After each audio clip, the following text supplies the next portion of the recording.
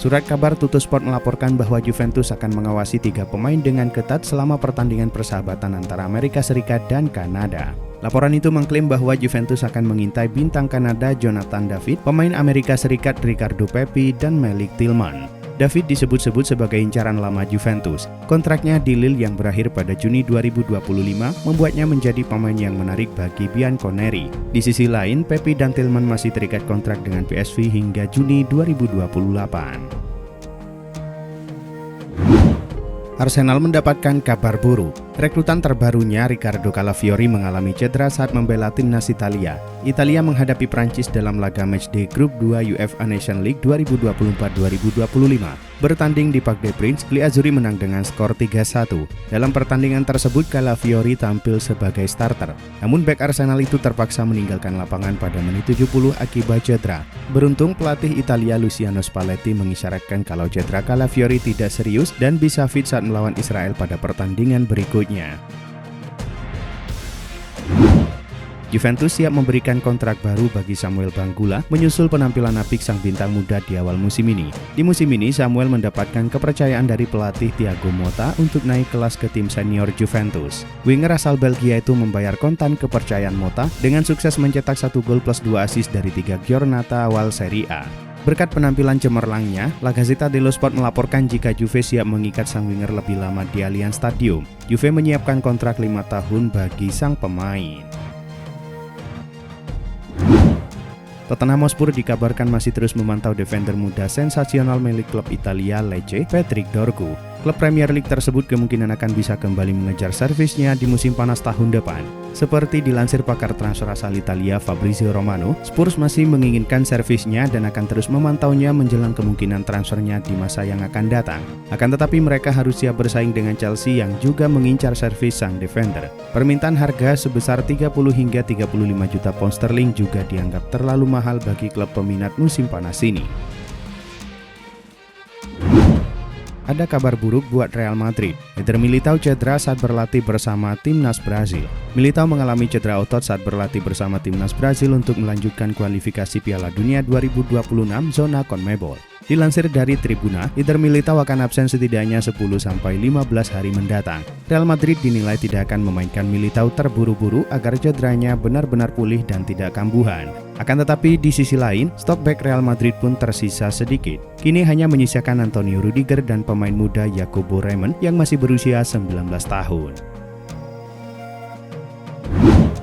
Manajemen Liverpool dikabarkan siap memperpanjang masa kerja Mohamed Salah dan berharap sang bintang sudah menandatangani kontrak barunya sebelum tahun baru nanti. Salah terakhir kali memperpanjang kontraknya di Liverpool pada 2022 lalu. Ia pun memperpanjang masa kerjanya di Anfield sampai 2025.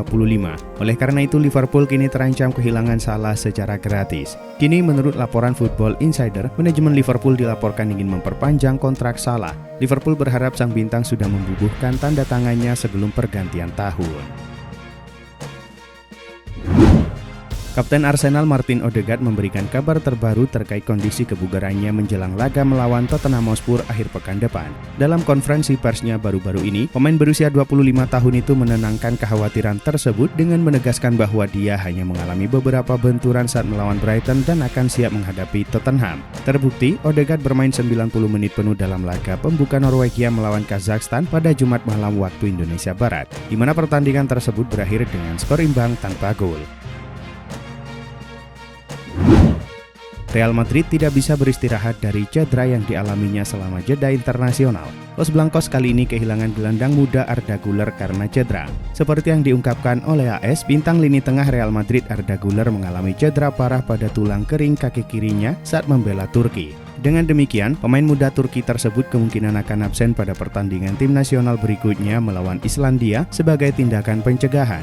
Namun Real Madrid yakin bahwa pemain muda itu akan siap menghadapi Real Sociedad di San Sebastian. Eddie Howe dikabarkan telah memblokir Kieran Trippier dari kemungkinan pindah dari Newcastle United hingga setidaknya Januari mendatang. Daily Mail mengabarkan bahwa Eddie Howe tidak akan menyetujui kepergian pemain manapun dari skuadnya, mengingat ia tidak memiliki cara untuk menggantikan mereka. Meskipun ada tanda tanya mengenai masa depannya, Howe tetap merupakan penggemar berat Trippier. Sementara itu, Trippier merasa frustasi setelah kehilangan tempatnya sebagai starter di Newcastle. Trippier selalu menjadi pemain cadangan bagi The Magpies dalam 3 pertandingan pembuka Premier League. Meskipun cedera dan masalah kebugaran mengganggu skuad, Barcelona telah membuat awal yang sempurna untuk musim 2024-2025. Hansi Flick siap melakukan perubahan dalam susunan pemain. Menurut Mundo Deportivo, salah satu pemain Barcelona yang cedera hampir kembali setelah jeda internasional. Ansu Fati dipahami berada dalam fase akhir pemulihannya, dan manajer Hansi Flick berharap dia tersedia dalam pertandingan pertama Barcelona setelah jeda internasional. Sebelum cedera, Fati memberikan kesan yang baik kepada Flick dan staf pelatihnya dalam latihan pramusim. Flick yakin bahwa dia dapat mengembalikan Fati ke level yang terbaik. Klub Premier League Liverpool tampaknya mulai bersiap untuk berpisah dengan Virgil van Dijk. Mereka dikabarkan akan mencoba merekrut Gleison Bremer dari Juventus sebagai pengganti van Dijk. Dilansir Cult of Sight, Liverpool sangat tertarik untuk menjadikan Bremer sebagai bek tengah baru andalan mereka. Sang bek punya reputasi yang apik di Serie A. Namun laporan yang sama mengklaim bahwa transfer Bremer di bursa transfer yang akan datang bakal sulit untuk dilakukan Liverpool. Sang bek baru-baru ini telah menaikkan kontrak baru di Turin. Ia akan memperkuat sinyalnya tua hingga tahun 2029 mendatang. Ia memiliki klausul rilis sekitar 70 juta euro. Para pemilik Chelsea dikabarkan tengah mempertimbangkan masa depan mereka setelah hubungan antara Todd Boehly dan para pemegang saham lainnya mengalami keretakan. Kabar mengenai ketegangan para pemilik Chelsea ini mulai mencuat awal tahun ini. Namun pihak klub terus membantah laporan tersebut. Meski demikian, hubungan yang memburuk antara kedua belah pihak telah membuat mereka mempertimbangkan berbagai opsi termasuk kemungkinan perpisahan. Mereka dikabarkan tengah mempertimbangkan kemungkinan untuk saling membeli saham satu sama lain. Kekecewaan terbesar Barcelona di bursa transfer musim panas adalah kegagalan mereka untuk mendatangkan target utama Nico Williams. Kedatangan Dani Olmo memang lebih penting, namun jasa pemain sayap Athletic Club itu tidak diragukan lagi akan memberi keuntungan bagi Barca. Menurut laporan Daily Mail, kisah Nico Williams ke Barca masih jauh dari selesai dan bisa muncul kembali. Kabarnya Joan Laporta dan kawan-kawan masih tertarik menggait pemain fenomenal Spanyol itu. Barca akan memperbaiki situasi keuangan mereka pada musim panas mendatang dan siap untuk membayar klausul pelepasannya yang telah ditingkatkan. Real Madrid dikabarkan sangat tertarik pada William Saliba. Mereka memantau bek tengah Arsenal tersebut menjelang kemungkinan transfer pada musim panas mendatang. Menurut laporan TBR Football, Real Madrid telah mengidentifikasi William Saliba sebagai target transfer. Raksasa Spanyol itu secara cermat memantau perkembangan pemain Prancis tersebut di Arsenal. Laporan tersebut mengklaim bahwa Los Blancos telah mengirimkan perwakilan mereka untuk menyaksikan Saliba dalam laga Premier League melawan Aston Villa baru-baru ini. Saliba sendiri memang tampil gemilang untuk The Gunners dalam 2 musim terakhir. Timnas Inggris sukses mengalahkan Irlandia pada pertandingan pertama grup 1 UEFA Nations League. Bermain di Stadion Aviva Sabtu malam waktu Indonesia Barat, Inggris menang dengan skor 2-0. Pada pertandingan ini, Inggris tampil dominan dengan permainan menekan dan banyak menciptakan peluang.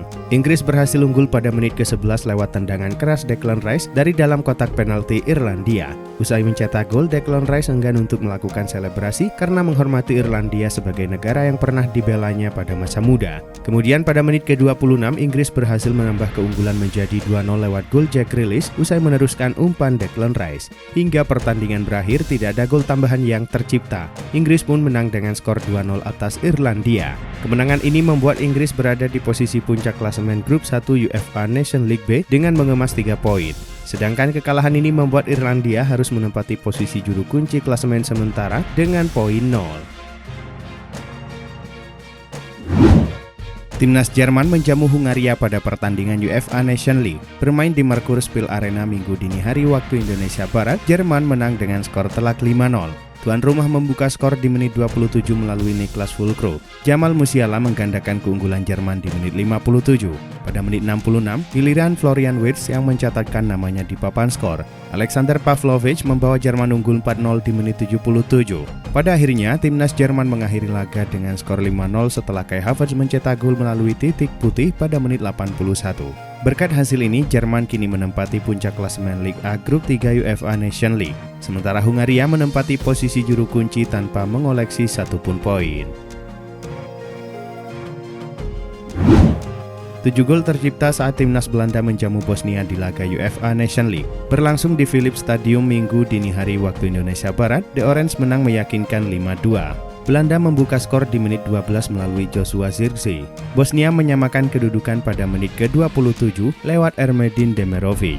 Belanda kembali unggul jelang turun minum berkat gol Thierry Reinders. Tim tuan rumah menambah keunggulan di menit 56 lewat Cody Gakpo. Namun Bosnia berhasil memperkecil ketertinggalan di menit ke-72 melalui Edin Dzeko. Belanda kembali memperlebar jarak keunggulan menjadi 4-2 berkat gol Wout Weghorst di akhir waktu normal babak kedua.